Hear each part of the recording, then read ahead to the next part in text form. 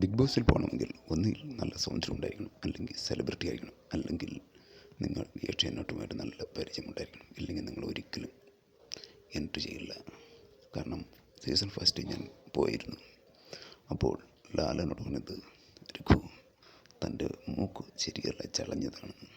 ഈ കാര്യം മമ്മൂട്ടിയോട് പറഞ്ഞു. മമ്മൂട്ടി പറഞ്ഞത്, രഘു ലാലനോട് പറഞ്ഞത് തൻ്റെ പല നല്ല വിടവുണ്ടെന്ന്.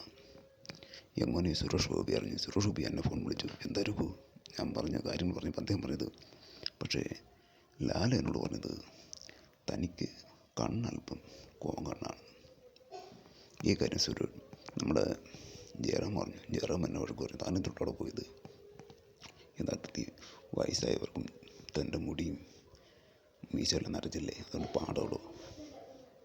അതുമാത്രമല്ല, ചളിഞ്ഞ മുഖം എന്നൂടെ പറഞ്ഞു.